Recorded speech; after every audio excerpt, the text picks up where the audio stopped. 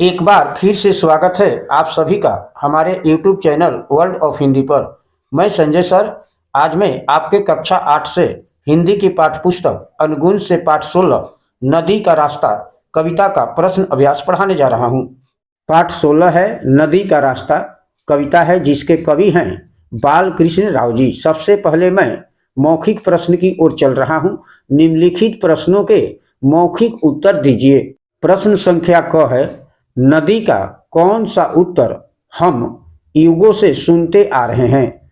उत्तर है नदी का यह उत्तर हम युगों से सुनते आ रहे हैं कि मुझे कभी कोई राह दिखाने नहीं आया।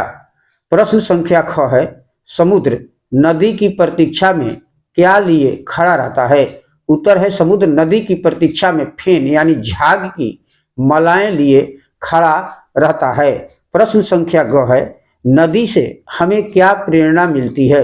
उत्तर है नदी से हमें प्रेरणा मिलती है कि जीवन में आगे बढ़ने के लिए मार्ग में मिलने वाली हर चुनौती का डटकर सामना करना चाहिए। लिखित प्रश्न है दीर्घ प्रश्न। निम्नलिखित प्रश्नों के उत्तर लिखिए। प्रश्न संख्या क है नदी किसकी खोज में किस प्रकार आगे बढ़ना चाहती है। उत्तर नदी समुद्र की खोज में स्वतंत्र होकर आगे बढ़ना चाहती है।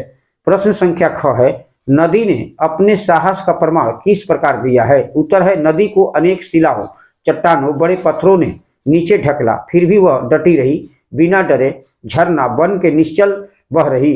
वनों में आगे जाकर अनेकों बार रास्ता भी भटकी ठोकर लगी अनेक बाधाएं आई फिर भी नदी अपने साहस से निरंतर बहती रही।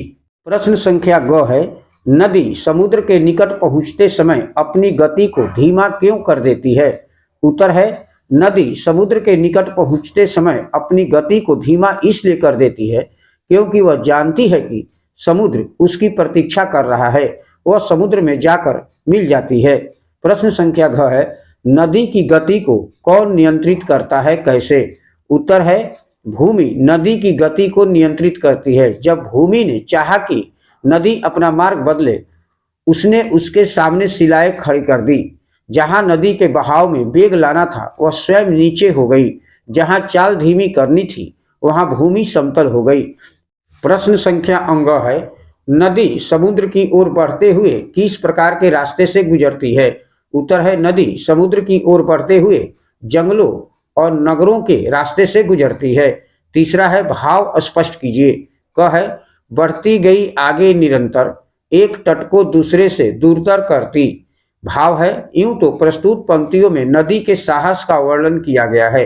शिलाओं से टकराती हुई वनों में भटकती हुई नदी निरंतर बढ़ती गई।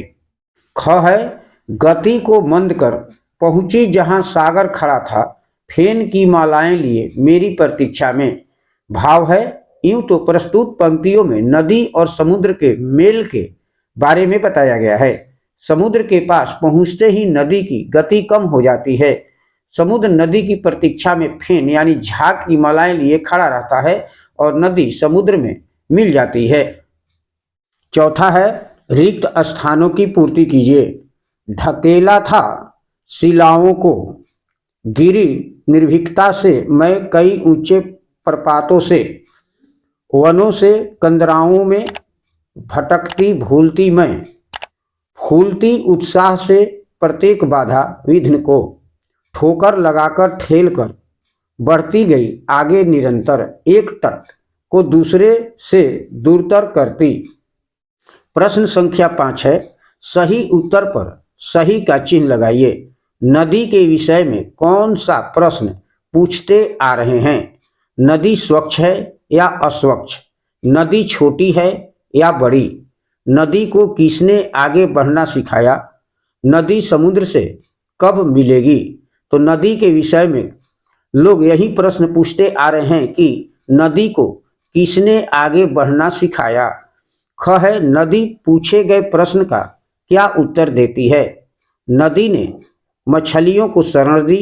नदी ने अपना मार्ग स्वयं बनाया।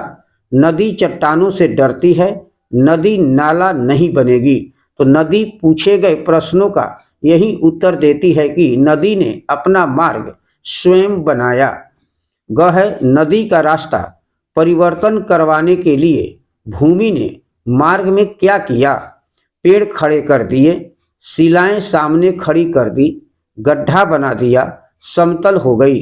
तो नदी का रास्ता परिवर्तन करवाने के लिए भूमि ने मार्ग में शिलाएं सामने खड़ी कर दी। घ है, नदी की चाल धीमी करने के लिए भूमि कैसी हो गई? उबड़ खाबड़, रेतीली, समतल, सीढ़ीनुमा। तो नदी की चाल धीमी करने के लिए भूमि समतल हो गई। अंग है, नदी की प्रतीक्षा में कौन खड़ा रहता है?